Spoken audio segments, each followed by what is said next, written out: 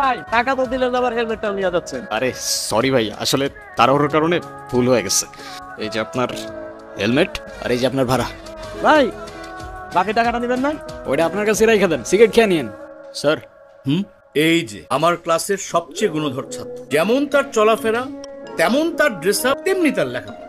যেদিন থেকে তুমি ইউনিভার্সিটিতে ভর্তি হয়েছো একদিনও তুমি ঠিক টাইমে ক্লাসে আসছো? এটা তুমি কি জুতা পরে আসছো? এটা তো মনে হচ্ছে বাথরুমের স্যান্ডেল। ইউনিভার্সিটিতে কিভাবে ড্রেস আপ করে আসতে হয় তুমি জানো না?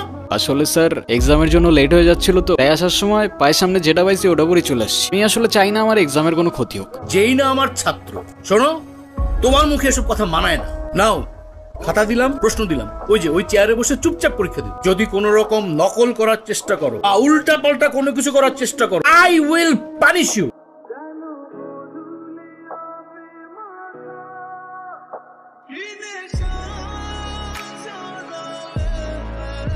দেখা স্যার হিমু আমাকে অনেক ডিস্টার্ব করতেছে। এক্ষুনি আমার ক্লাসরুম থেকে বের হয়ে যাও। Get out.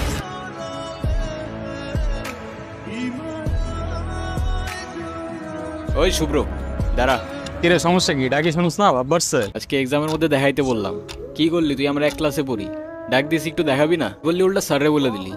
ও তোমাকে কেন দেখাবে? তোমার নিজের কি ব্রেন নাই? তোমার কি জ্ঞান বুদ্ধি কিচ্ছু নাই? তুমি বাসা থেকে পড়াশোনা করে আসতে পারো না? তুমি চুপ থাকো, আমি তোমার সাথে কথা বলতেছি। তুই বাসার থেকে লেখাপড়া করে আসতে পারস না? তুই কিন্তু মুখে মুখে কথা বলতেছিস। হ্যাঁ করতেছি তো, কি হয়েছে? কি করবি তুই? আরে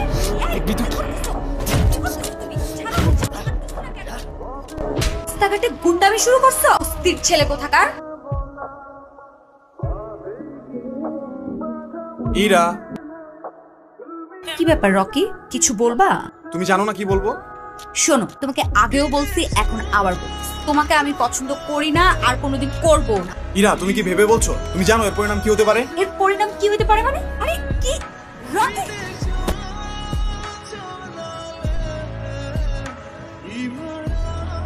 আমি নিজে যতই খারাপ হই না কেন, আমার তো মা নাই, তোর তো আছে। একটা মেয়ের সম্মান কই থাকে তুই জানোস না? এরপর থেকে যদি এরম করার কথা কখনো ভাবস, বিজদারে বইলা তোরে কেমনে ক্যাম্পাস থেকে বের করতে আমার খুব ভালো করে জানাস। যা জানা।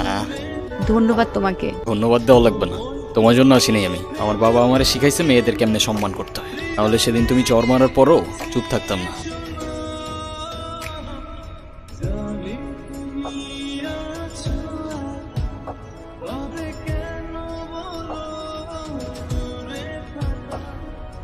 এই হিমু শোনো না। কি হয়েছে? তুমি আমার রাস্তা আটকাচ্ছ কেন? তোমার সাথে আমার কোনো কথা নাই। আচ্ছা তুমি এরকম রেগে যাচ্ছ কেন? সেদিনের ব্যবহারের জন্য আমি এক্সট্রিমলি সরি। সরো তো, তোমার সাথে কোনো কথা বলার ইচ্ছা নাই আমার। প্লিজ আমাকে এবার মতো ক্ষমা করে দাও। সরি বললাম তো, সরি। আচ্ছা ঠিক আছে, মাফ করলাম। তাহলে আমরা এখন ফ্রেন্ডস। আচ্ছা ফ্রেন্ডস। তুমি আজকে আমাকে সারাদিন নিয়ে ঘুরবে, ঠিক আছে? তোমায় নিয়ে ঘুরতে আমার কোনো প্রবলেম নাই।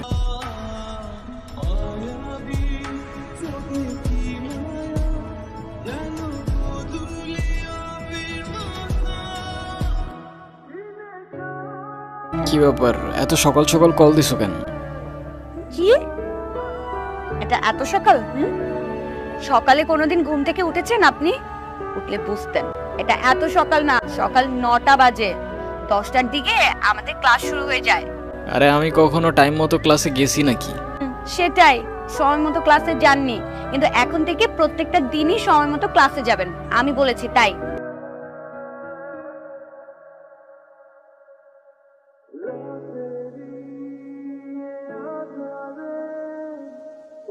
কিরে মামা, সূর্য কি আজকে পশ্চিমে উঠছে?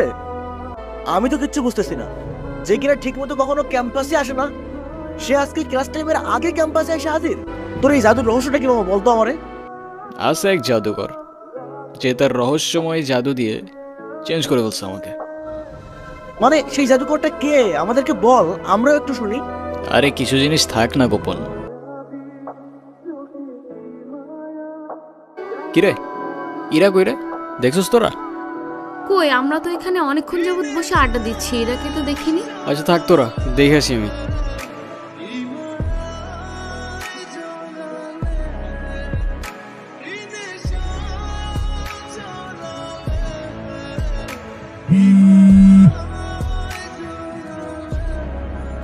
হ্যালো হিমু।